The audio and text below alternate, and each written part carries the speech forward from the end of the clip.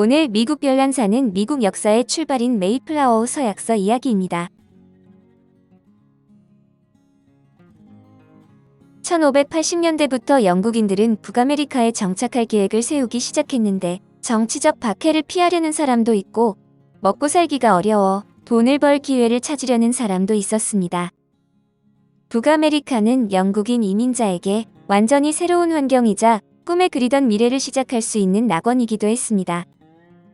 17세기 초 메이플라워호라는 이민 선박이 출항하면서 영국인은 북아메리카 개발에 본격적으로 뛰어들었습니다.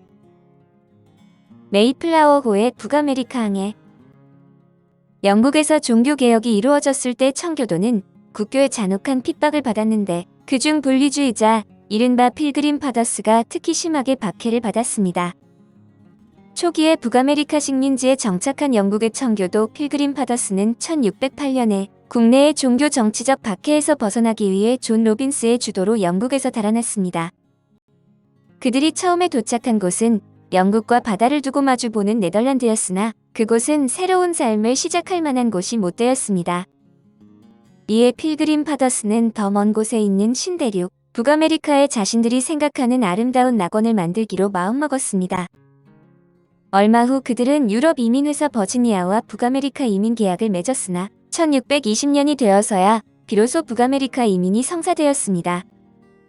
정착할 권리를 포함해 이민에 필요한 자금을 지원받았고 같은 해 9월 16일 필그림 파더스는 목사 브렉스턴의 인솔로 메이플라워호에 탑승해 꿈에 그리던 북아메리카로 향했습니다.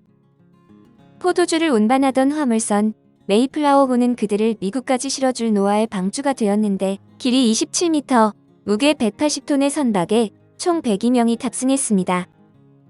그중 청교도 분리주의자는 35명이었고 나머지는 실직한 장인, 파산한 어민, 땅을 잃고 무일푼이 된 농민이었는데 특이하게도 계약 노동자 14명도 포함되어 있었습니다. 그들이 떠날 때 사람들은 102명을 태운 그 배가 무사히 대서양 해안에 도착하리라고는 꿈에도 생각하지 못했는데 출발 당시 계절은 장거리 항해를 하기에 적합하지 않았기 때문이었습니다. 66일 동안 험난한 항해를 거쳐 1620년 11월 21일에 그들은 마침내 지금의 매사추세츠 주 프로빈스타운인 케이프 코드만에 도착했습니다.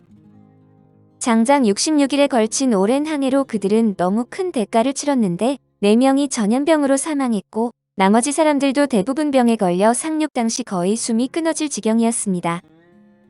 더욱 절망적이게도 상륙한 곳은 그들이 원하던 지역이 아니었는데 사전에 체결한 이민 계약서 때문에 그곳에 정착할 수 없었던 것입니다. 어쩔 수 없이 이민자들은 계속 앞으로 나아갔고 오늘날의 플리머스에 정착했는데 이곳은 대서양에 인접해 있고 토양이 비옥하며 기후가 사람이 살기에 적합했습니다. 게다가 이곳에서 거주하는 것은 이민회사와 체결한 계약에 위배되지도 않았는데 아름다운 풍경이 펼쳐진 이곳은 산림 자원이 매우 풍부했습니다. 처음 이곳을 찾은 영국인들은 이 땅이 자신들에게 내린 축복이자 은이라고 생각했으나 그들은 인디언이 자신들보다 먼저 이곳에 뿌리를 내리고 살아왔다는 사실을 잊고 지냈습니다. 그런 사실이야 어떻든 간에 그들은 자신들이 이곳의 주인이라고 굳게 믿었는데 이렇게 필그림 파더스는 북아메리카 식민지 시대의 버지니아를 최초의 영국 식민지로 만드는 데 기반을 마련했습니다. 메이플라워호 서약서. 메이플라워호에 탑승하여 북아메리카로 향한 100여 명은 저마다 사연이 있는 사람들이었지만 그들에게는 영국 또는 유럽에서 자신의 꿈을 펼칠 수 없었다는 공통점이 있었습니다. 60일이 넘는 긴 여정에서 그들은 거친 파도, 폭풍우와 싸우는 것 외에도 배고픔과 추위, 질병, 물 부족 등 많은 어려움을 겪어 심지어 바다에 뛰어들어 스스로 목숨을 끊으려는 사람도 있었습니다. 마침내 눈앞에 에덴 동산이 나타났지만 메이플라워호는 쉽게 나아가지 못했습니다. 윌리엄 브루스터를 중심으로 몇몇 사람은 조국인 영국의 관리를 계속 받아들여야 할까? 앞으로 우리의 새 낙원은 누가 관리할 것이며 어떻게 관리할 것인가라는 문제를 고민했습니다. 이뿐만 아니라 수많은 문제가 그들을 기다리고 있었는데 영국인 이민자들은 이 문제를 확실히 해결한 다음에 다시 상륙하기로 했습니다. 이민자들의 지도자인 윌리엄 브래드포드가 승선자들을 소집해서 위의 문제에 대해 논의했는데 토론에 참여할 수 있는 사람은 성인 남자 51명뿐이었고 여자와 아이는 옆에서 들을 수만 있었습니다. 이로부터 약 300년이 지난 후에야 북아메리카에서 여성들이 선거권을 얻었다는 점을 고려하면 당시에는 매우 당연한 상황이었습니다. 어쨌든 토론에 참여한 성인 남자들은 격렬한 설전 끝에 제도를 정해서 그들의 미래 낙원에 체계적이고 위험 있는 자주적인 식민지 정부를 세우기로 했습니다. 그리고 이들이 그 내용을 담은 문서에 서명하면서 최종 결론을 서면으로 남겼는데 이 문서가 바로 유명한 메이플라워 서약서입니다. 그들은 영국 국왕에 대한 충성과 청교도의 신앙을 지키겠다고 맹세했고 세거주지에 정착할 사람은 국민자치단체를 설립하고 적합한 법률과 제도를 만들어 성실히 지킬 것을 약속했습니다. 이민단은 서약서를 체결하고 나서 윌리엄 브루스터 등의 지휘로 플리머스 일대에 상륙하여 정착했습니다. 훗날 역사학자들은 메이플라워 서약서를 미국 역사상 최초의 정치적 성격을 띤 계약문서로 보았는데 이것은 미국 역사의 하나의 이정표로서 그 의미가 큽니다. 메이플라워 서약 원본은 분실되었지만 에드워드 윈슬로우가 쓴 모트 이야기 등의 사본 내용이 일치해 정확한 것으로 인정받았습니다. 브래드퍼드 필사본은 매사추세츠 주주교 도서관의 특별 보관실에 보관되어 있는데 브래드퍼드 필사본에는 다음과 같이 설명되어 있습니다. 하나님의 이름으로 아멘. 아래에 서명한 우리는 대영 제국, 프랑스 및 북아일랜드의 신, 국왕, 신앙의 수호자 등등의 은총을 통해 숭배하는 군주인 국왕 제임스 1세의 충실한 신민이다.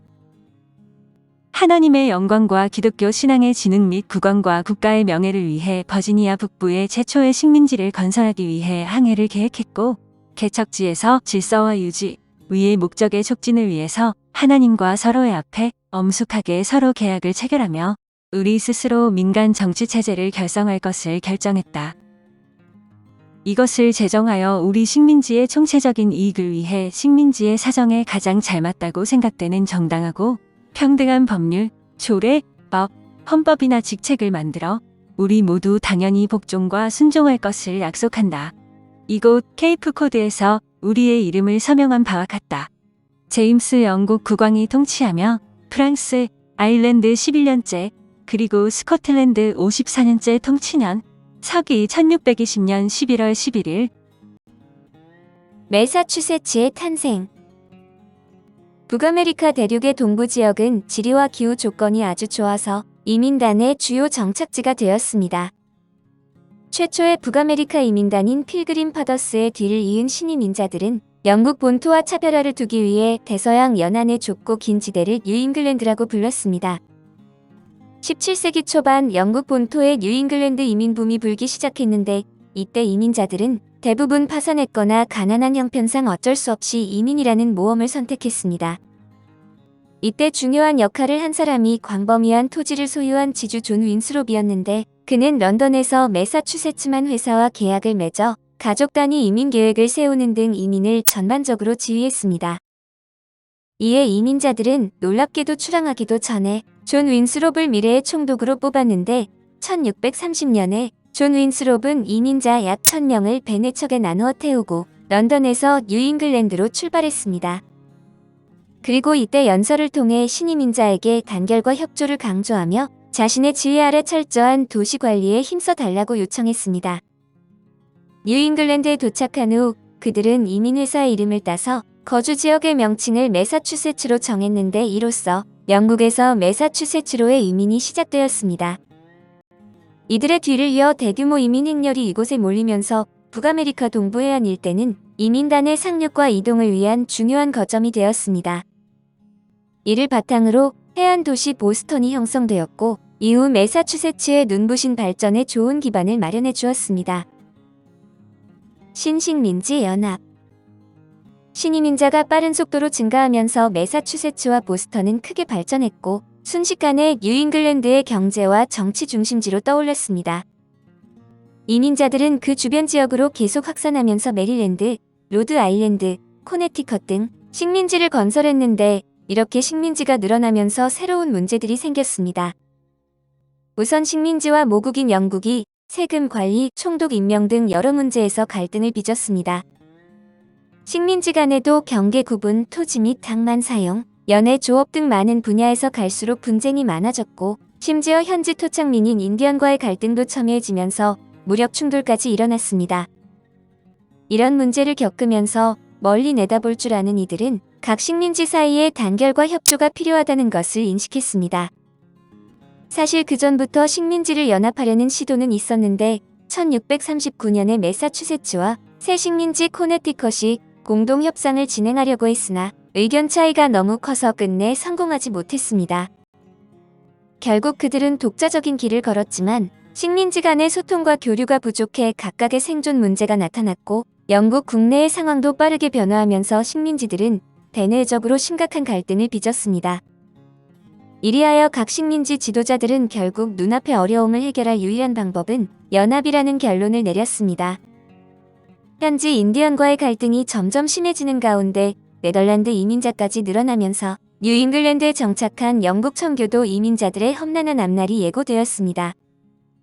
네덜란드 이민자, 토착민 인디언과 같은 공동의 적에 맞서는 문제와 더불어 식민지 사이의 관계를 개선하고 식민지 연합 회원 간의 경계 분쟁을 해결하기 위해 마침내 그들은 서로 뭉쳤습니다. 매사추세츠 식민지 지도자의 제안으로 코네티컷, 뉴헤이븐, 매사추세츠, 플리머스 4개 식민지가 1643년에 회의를 열었습니다. 격렬한 토론을 벌인 결과 이들은 뉴잉글랜드 연맹을 결성하기로 공동 합의했는데 공격과 방어, 상호 지도와 원조를 위해 영구적이고 돈독한 우위를 갖춘 동맹을 맺자고 뜻을 모은 것입니다. 협의에 따라 구성된 8인 위원회는 대외 선전포고, 식민지 간의 화해 및 경계 분쟁을 해결할 권리가 생겼습니다. 각 식민지가 반드시 지켜야 할 의무와 책임을 규정한 이 조례는 초기 미국 헌법의 틀을 갖추었습니다. 이후에도 북아메리카 식민지 간의 연맹을 결성하려는 시도는 여러 번 있었는데 실제 성공하지는 못했지만 그 과정에서 실행 가능한 방안과 문제 해결점을 파악할 수 있었습니다. 이는 훗날 더욱 완벽한 연맹과 연방이 탄생하는 데 밑거름이 되었고 북아메리카 식민지의 발전의 올바른 방향을 제시했습니다. 오늘 미국 별난사는 미국 역사의 출발인 메이플라워 서약서 이야기였습니다.